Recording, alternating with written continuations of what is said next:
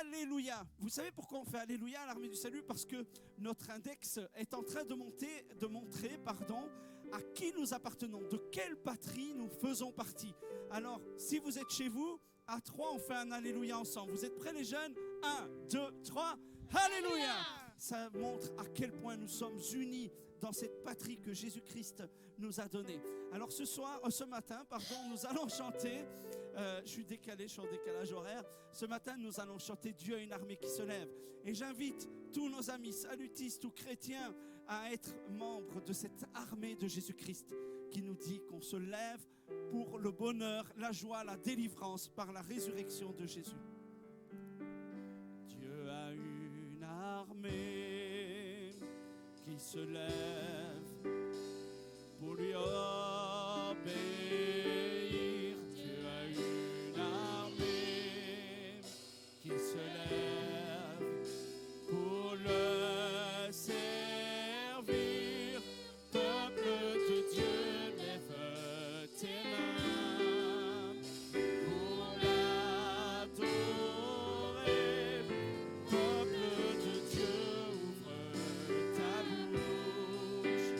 Dieu veut parler. On peut frapper dans les mains à la maison aussi.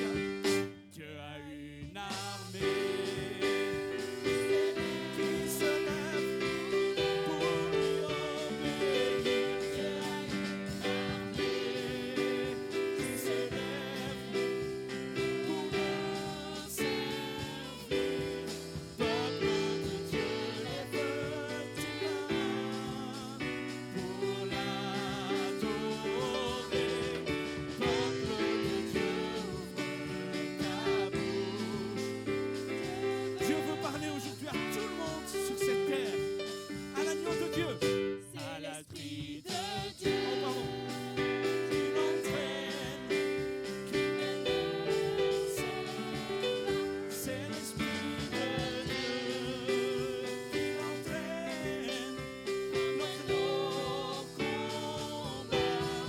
Peuple de Dieu, lève tes mains pour l'adorer. Peuple de Dieu, ouvre ta bouche. Dieu veut parler. à l'agneau de Dieu À l'agneau de Dieu soit toute la gloire. dans les lieux. À l'agneau de Dieu Soit toute la victoire. Amen. Vive notre héros. Peuple de Dieu, lève tes mains pour l'adorer. Peuple de Dieu, ouvre ta bouche. Dieu a une armée. On y va? Hey. Dieu a une armée qui se lève pour lui obéir. Dieu a une armée qui se lève pour le servir. Peuple de Dieu, lève-toi. Oh Jésus, t'adorer Père. Peuple de Dieu, ouvre ta bouche. Dieu veut parler. Nous marchons dans la lumière de Dieu. Nous marchons dans la lumière de Dieu. Vous connaissez, chantez avec nous. Nous marchons dans la lumière de Dieu. Nous marchons dans la lumière. Nous marchons, on y va. Hey! Nous marchons dans la lumière de Dieu. Nous marchons dans la lumière de Dieu. Oh, alléluia. Nous marchons dans la lumière de Dieu. Nous marchons dans la lumière de Dieu. Et nous marchons. Oui, nous marchons. Oui, nous marchons. Nous marchons dans la lumière de Dieu. Oh, oui, nous marchons.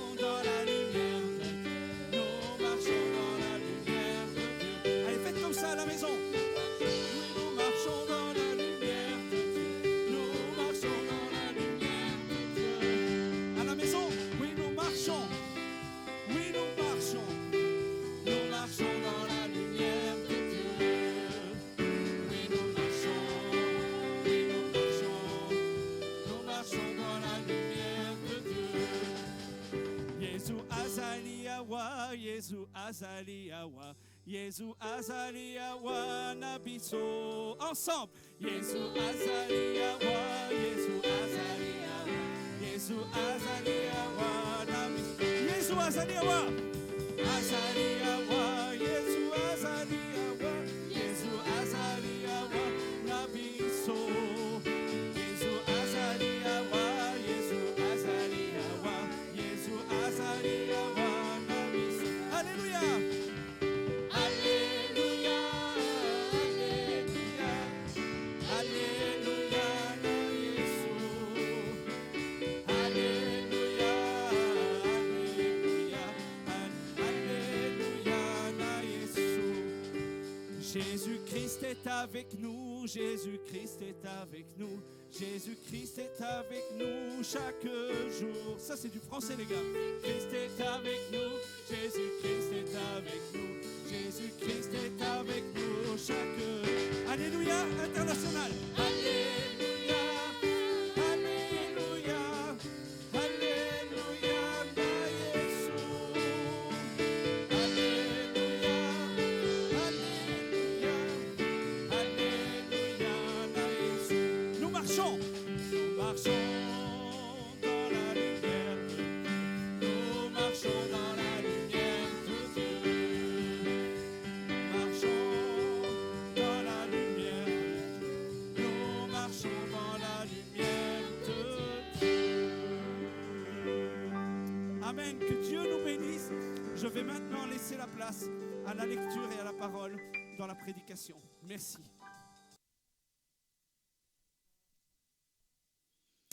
Eh bien, je vais vous inviter maintenant à prendre la parole de Dieu et puis à lire avec moi dans Agé.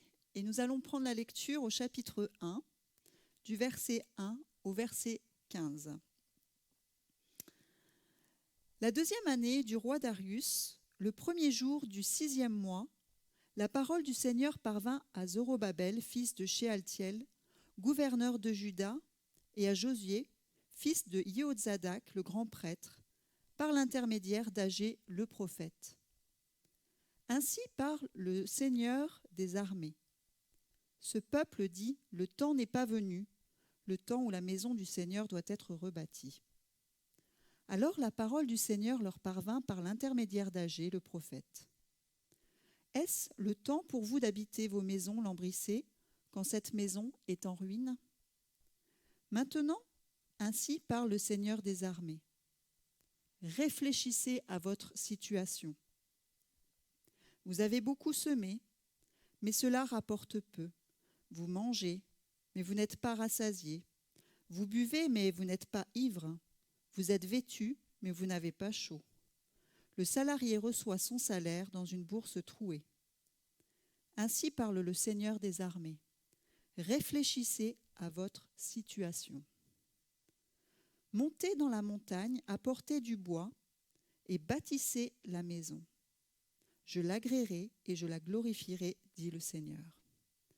On attendait beaucoup et il y a eu peu.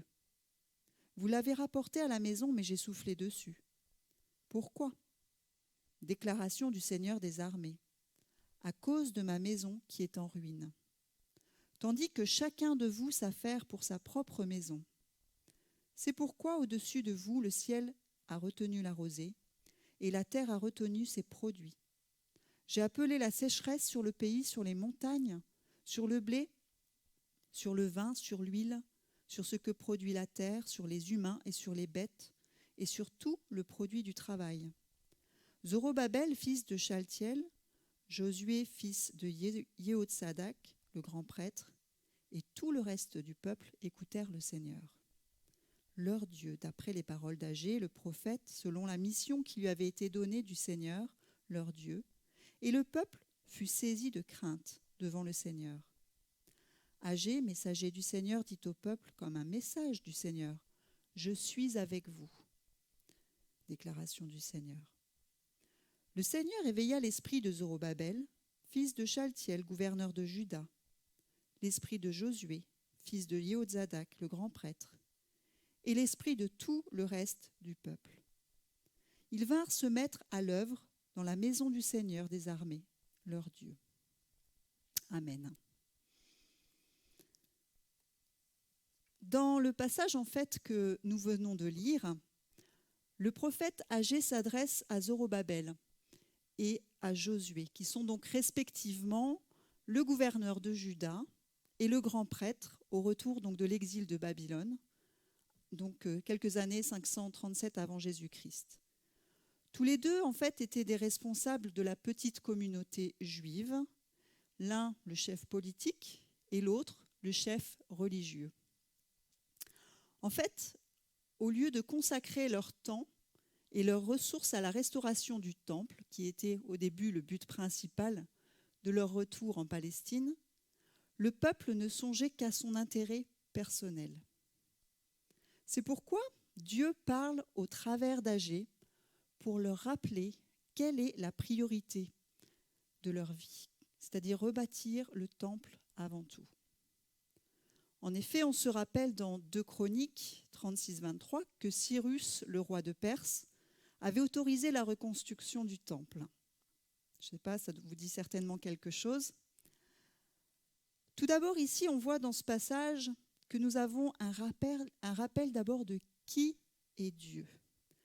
Car en fait, Agé commence son message en affirmant que la parole qu'il proclame vient du Seigneur des armées.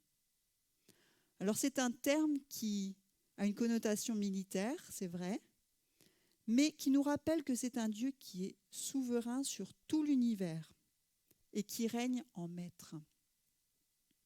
C'est une des caractéristiques aussi qui est répétée de nombreuses fois dans ce passage, mais qui est aussi soulignée dans l'Ancien Testament pas loin de 300 fois. Donc ça vaut quand même la peine de faire attention à cela et à ce rappel de qui est Dieu. Alors non seulement Dieu est souverain et maître, mais on peut apprécier ici la délicatesse dans sa façon de faire et de parler au peuple. Il commence par questionner le peuple en lui demandant si c'est le temps pour eux d'habiter leur maison lambrissée, quand sa maison est encore en ruine. Puis il les amène à réfléchir à leur situation, et cela par 2 fois. Ensuite, Dieu parle et rappelle ses directives. Montez dans la montagne, apportez du bois et bâtissez la maison. Je l'agréerai et la glorifierai. Dieu a en fait un objectif qui va aboutir à quelque chose de bon pour eux. Ceci nous amène en fait à nous poser la question suivante. Avons-nous conscience que notre Dieu déjà est le Seigneur des armées ? Il est toujours bon de nous rappeler qui est celui en qui nous croyons, qui est notre Dieu. De plus, l'écoutons-nous nous parler et nous dire comme au peuple, réfléchissez à votre situation. Alors que nous commençons donc cette nouvelle année, n'est-ce pas en fait l'opportunité de pouvoir prendre un temps de réflexion sur ce que nous faisons, ou pas d'ailleurs ? Sommes-nous attentifs à ce que Dieu veut de nous en cette année qui commence ? N'attend-il pas de nous quelque chose peut-être que nous remettrions à plus tard ? C'est important de réfléchir à cela. Et comme le peuple au verset 2 le dit, peut-être que nous disons la même chose. Le temps n'est pas venu. En fait, il semblerait que le peuple savait qu'il devait rebâtir le temple, mais il n'y accordait pas leur priorité. Pour eux, ce qui comptait d'abord, c'était leur bien à eux. Dieu donc leur fait remarquer qu'ils s'affairent à leur propre maison. Et nous, à quoi nous affairons-nous en ce moment ? Quelles sont nos préoccupations ? Il est intéressant, je trouve aussi, de voir comment Dieu s'y prend avec eux, pour leur faire prendre conscience qu'il y a quelque chose qui ne va pas dans leurs priorités. Le peuple est en train de se détourner de leur objectif premier, qui était donc de reconstruire le temple, mais Dieu les amène à la réflexion. On y voit sa patience, on y voit sa délicatesse. Au travers de cette proposition de réflexion, nous pouvons être nous aussi amenés à nous poser ces questions. Peut-être, qu'est-ce qui prend la place de ce que Dieu attend de moi pour ma vie ? Peut-être nous accordons plus d'attention à notre bien matériel qu'à servir notre Seigneur et notre prochain qui est dans le besoin. Il est important aussi, en ce début d'année, peut-être de réévaluer ce que nous faisons pour le Seigneur. Il y a aussi peut-être cette possibilité. Est-ce que nous nous laissons accaparer par des pensées négatives ? Voici donc des questions que nous pouvons nous poser personnellement. Une fois que nous avons réfléchi à nos priorités et à ce que nous devons accorder à ce que le Seigneur nous montre, rappelons-nous ceci. Comme nous le dit Colossiens 3, 23-24, tout ce que nous faisons, nous le faisons de bon cœur, comme pour le Seigneur et non pour des hommes, sachant que nous recevrons du Seigneur l'héritage pour récompense. Alors on l'a vu tout à l'heure, Dieu est le Seigneur des armées. Mais c'est un Dieu qui est aussi fidèle et qui nous rassure. Dieu le dit au peuple au verset 13, « Je suis avec vous ». Alors je ne sais pas ce que ça vous fait, mais si Dieu, le Seigneur des armées, vous dit « Je suis avec vous », est-ce que ce n'est pas réconfortant ? Ce n'est pas quelque chose qui vous porte ? Alors que nous commençons 2021, qui somme toute n'enlève pas les défis et les challenges qui sont toujours présents, tels que vivre avec le Covid, avec tout ce que cela comporte, nous pouvons nous rappeler de la fidélité de Dieu. Non seulement au travers de sa parole et de sa fidélité avec son peuple, mais aussi avec nous. Si vous prenez le temps de réfléchir, combien de fois le Seigneur a-t-il été fidèle dans votre vie ?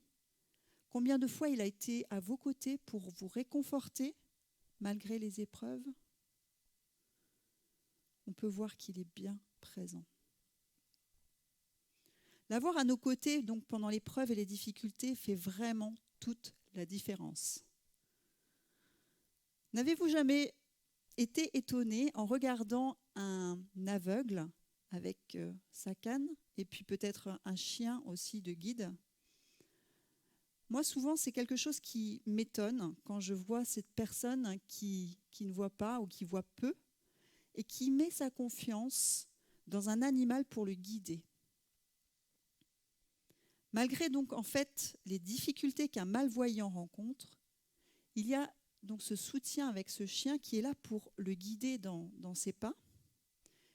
Et c'est un petit peu la même chose pour nous dans nos difficultés. Dieu est là pour nous diriger, nous encourager.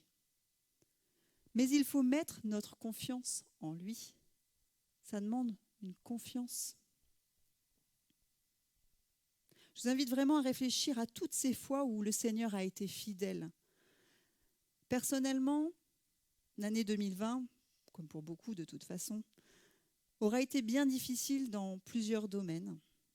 Mais ce qui m'a le plus marqué, c'est vraiment combien le Seigneur a été à mes côtés et combien il a été fidèle.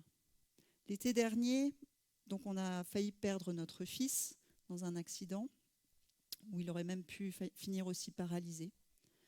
Mais la présence de Dieu dans ces moments qui ont été vraiment difficiles a été réconfortante, rassurante. Il nous a montré, à moi, à ma famille, sa fidélité au moyen des amis, des frères et des sœurs qui étaient présents dans la prière. Et il a aussi même accompli un miracle, puisqu'aujourd'hui notre fils marche et est bel et bien vivant, il peut faire du sport. Et même plusieurs médecins donc qui avaient vu le résultat de la chute avaient dit que c'était vraiment un miracle qu'il soit en vie et qu'il puisse remarcher. Ça, c'est mon vécu à moi. Mais vous, comment Dieu a-t-il montré sa fidélité ? Comment vous a-t-il encouragé malgré les épreuves que vous avez traversées certainement ? Dans ce passage d'Agée, on voit également combien Dieu est bon. Et en effet, on peut aussi lire qu'il est celui qui éveille les esprits de chacun. D'abord celui de Zorobabel, de Josué et ensuite du peuple, ce qui permet ensuite au peuple de se mettre à l'œuvre dans la maison du Seigneur. On lit également au verset 22 des 2 Chroniques que c'est le Seigneur qui éveilla l'esprit du roi Cyrus. Vous vous souvenez, le roi Cyrus qui a permis la reconstruction du temple. Tout cela nous montre que c'est la bonté de Dieu qui dirige favorablement les choses pour qu'il puisse faire accomplir son plan pour nous. C'est la même chose pour nous ici. En étant attentif à rentrer dans son plan, il dirigera donc les choses favorablement pour que nous puissions répondre à ce qu'il nous demande de faire. La question que nous pouvons également nous poser maintenant, mais Seigneur, que m'as-tu demandé de faire, que j'ai mis de côté et dont je n'ai pas fait la priorité ces derniers temps? Si vous lui demandez, il éveillera votre esprit, j'en suis sûre, et vous pourrez alors vous mettre à l'œuvre pour lui. En conclusion, peu importe en fait nos défis et nos challenges en cette nouvelle année qui commence, Dieu ne va pas être là pour changer forcément toutes les circonstances, quoi qu'il puisse le faire, et il le fait parfois, mais en tout cas, il va nous aider à y faire face. En cherchant à connaître sa parole, dans laquelle il nous parle, et en nous appuyant sur ses vérités, sur qui il est, je vous le rappelle, il est le Seigneur des armées, ce n'est pas rien. Il est notre Dieu fidèle, il est bon et il est capable d'éveiller l'esprit en nous. Nous trouverons donc une direction en lui et des paroles d'encouragement. Comme il a pu utiliser le prophète Agée pour parler à Zorobabel et à Josué ainsi qu'au peuple, il peut aussi parfois utiliser des personnes, des chrétiens autour de nous pour nous parler. Soyons vraiment attentifs à sa voix et si nous cherchons, nous allons le trouver. Et comme nous le rappelle le verset 22 du Proverbe 17, un cœur joyeux est un bon remède. Un esprit abattu dessèche les os. Il est vraiment primordial de ne pas nous inquiéter. Nous inquiéter n'empêchera en fait jamais quoi que ce soit d'arriver. Si ce n'est que ça aura un impact néfaste avec cette inquiétude certainement sur notre corps, notre mental. Mais l'inquiétude ne change jamais les circonstances pour les rendre meilleures. Pour cela, nous pouvons y arriver en nous déchargeant de nos soucis sur le Seigneur, car la parole nous dit que lui-même prend soin de nous. Imprimons dans nos esprits que la loi de l'Éternel est parfaite et qu'elle restaure l'âme. Comme nous le dit donc ce psaume 19,7. N'avez-vous pas envie dans vos situations d'avoir votre âme restaurée? Alors, il est important de puiser dans la source qui est la parole de Dieu, de chercher la présence du Seigneur. Et alors là, je peux vous garantir que vous allez voir la différence et que vous ne serez pas déçus. On ne peut certes pas ignorer les circonstances que nous vivons, que ce soit la diminution peut-être des revenus, la perte d'un emploi ou d'un ami cher, le manque de relations avec la famille, les amis et tout ce qu'on vit à l'heure actuelle. Mais nous pouvons nous saisir de cette joie et de cette paix intérieure que le Seigneur peut nous procurer. Quand les pensées s'agitent en foule au-dedans de moi, tes consolations réjouissent mon âme, dit le psaume 94, 19. Que votre cœur soit tout à l'Éternel, notre Dieu, comme il l'est aujourd'hui, pour suivre ses lois et pour observer ses commandements. Une fois qu'on sait qui est Dieu, qu'on l'écoute et qu'on lui fait confiance, nous pouvons alors accomplir cette volonté qu'il nous montre et aussi être en paix malgré les circonstances. Soyez bénis. Je vous invite à prier avec moi maintenant, là où vous êtes. Eh bien, Seigneur, nous te remercions pour cette parole que tu nous as laissée qui nous rappelle qui tu es. Tu es un Dieu puissant, tu es un Dieu grand. Tu es celui qui nous procure cette paix que personne d'autre peut nous donner. Malgré les circonstances que nous traversons, Seigneur, les difficultés, les épreuves de la vie, tu es là, Seigneur.